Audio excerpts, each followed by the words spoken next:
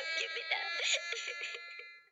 जब भी तेरा मन करे तो आ जाना, ये घर हमेशा तेरा ही रहेगा। जा बेटी, अब अपनी माँ से भी मिल ले। माँ, मुझे आपने जो भी प्यार दिया उसके लिए शुक्रिया। अब ज्यादा ड्रामे मत दिखाओ और अब जा यहाँ से। ये कहकर रमोला उसे धक्का देते हैं कि तभी उसका पति नैतिक उसे संभाल लेता है। क्या हुआ? वो लहंगा पैर में अटक गया था, बस इसी वजह से। फिर सिमरन अपने मन में सोचती है, अच्छा हुआ माँ को धक्का देते हुए किसी ने नहीं देखा। मैं हमेशा माँ के प्यार के लिए तरसती रही, लेकिन उन्होंने मुझे कभी प्यार नहीं दिया। फिर सिमरन ब्याह कर घर आ जाती है। उसकी सास ने उसके स्वागत में गुलाब के फूल बिछाए होते हैं। साथ ही वो बड़े प्यार से उनकी आरती उतारती है और गिफ्ट में, अच्छा हुआ माँ को धक्का देते हुए किसी ने नहीं देखा। मैं हमेशा माँ के प्यार के ब्याह कर घर आ जाती है। उसकी सास ने उसके स्वागत में गुलाब के फूल बिछाए होते हैं। साथ ही वो बड़े प्यार से उनकी आरती उतारती है और गिफ्ट में उसे सोने का हार देती है। ये ले मेरी प्यारी बहू, तेरा सगुन। बहू, अब से ये घर तेरा है और हम सब भी। तुझे कुछ भी चाहिए होगा या किसी काम में मदद चाहिए हो तो हमें कहना। अच्छा, अब तुम दोनों थक गए होंगे, थोड़ी देर आराम कर लो, बाकी की रस्में फिर करेंगे। शुक्रिया माँ जी। सिमरन नैतिक के साथ कमरे में चली जाती है और आराम करती है। दिन के 1 बजे उसकी नींद खुलती है। ओह गॉड, कितनी देर हो गई। मेरी पहली रसोई की रस्म भी अभी बाकी थी। माँ जी तो बहुत गुस्सा करेंगी।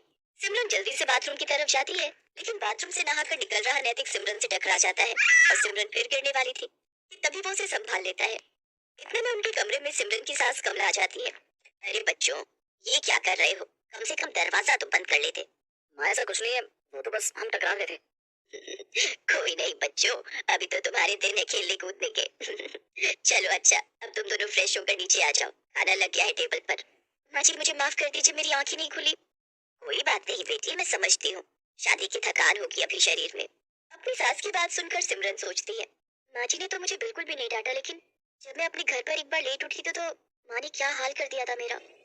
हे भगवान, सुबह के 9 बज गए और ये अभी तक सोई पड़ी है। इतने बजे तक सोती रहेगी? अरे घर के काम धाम नहीं करने क्या? तेरे पापा का टिफिन और घर। उसकी सास उसकी नजर उतारती है। हाँ थू थू थू थू, मेरी बहू को किसी की नजर ना लगे। हाँ मेरी प्यारी बहू, अब खाना खा ले। वो सब मिलकर खाना खाते हैं। फिर सिमरन प्लेट उठाने लगती है तो उसके हाथ से एक प्लेट नीचे गिर जाती है और टूट जाती है। माँ जी मुझे माफ कर दीजिए, वो मैं। कोई बात नहीं बहू। अरे क्या हुआ बहू, तू इतना घबरा क्यों रही है? कुछ भी तो नहीं हुआ। बर्तन है, टूट गया तो क्या दूसरा आ जाएगा? नहीं माँ जी, वो मैं सचमुच, मुझे माफ कर दीजिए। मैं बहुत गड़बड़ करती हूँ, मुझे मत जलाइए, मत मारिए। करम जली, तूने ये नया कप तोड़ दिया, मेरा नुकसान कर दिया। अब देख मैं क्या करती हूँ। रमोला चूल्हे में से गर्म लकड़ी निकाल कर सिमरन के हाथ पर लगा देती है। सिमरन जोर जोर से चिल्लाती है, मत जलाइए मुझे, मत जलाइए। नैतिक जल्दी से सिमरन को गले से लगा लेता है।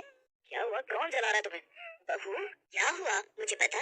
माँ जी एक बार मुझसे ऐसे किसी का कप टूट गया था तो उसने मुझे जला दिया था। लेकिन लेकिन हम तुझे ऐसी कोई सजा नहीं देंगे। हाँ, तो मेरे पास आओ और मेरे गले लग जाओ। मेरी बच्ची, यूं घबराते नहीं।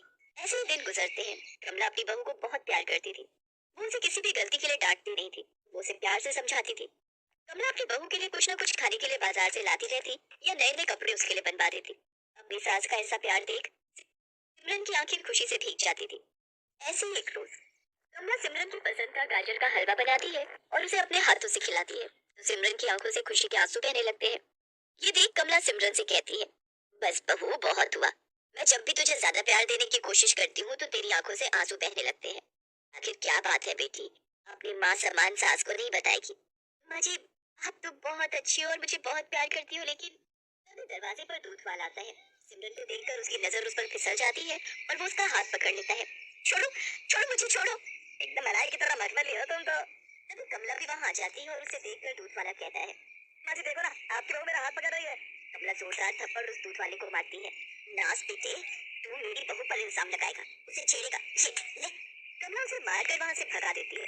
अपने ऊपर अपनी सास का भरोसा देखकर सिमरन रो पड़ती है और अपनी सास के गले लग जाती है। आप बहुत अच्छी हो माँ जी, आपने मुझ पर भरोसा किया, नहीं तो माँ तो। क्या माँ बहू, आप पूछ रही थी ना कि आप पर ज्यादा प्यार पाकर मेरी आंखें नम क्यों हो जाती हैं? क्योंकि बचपन से लेकर आज तक मैं जिस प्यार के लिए तरसती रही, वो प्यार आपने मुझे दिया है।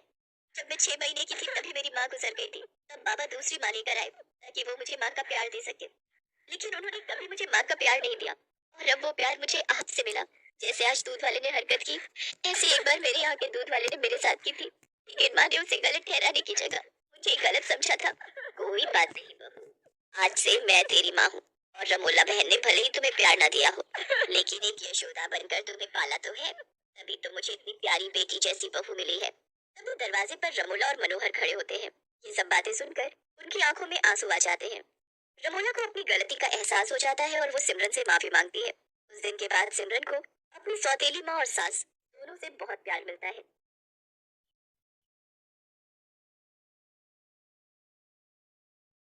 तुम्हें पाला तो है, तभी तो मुझे इतनी प्यारी बेटी जैसी बहू मिली है। तभी दरवाजे पर रमोला और मनोहर खड़े होते हैं।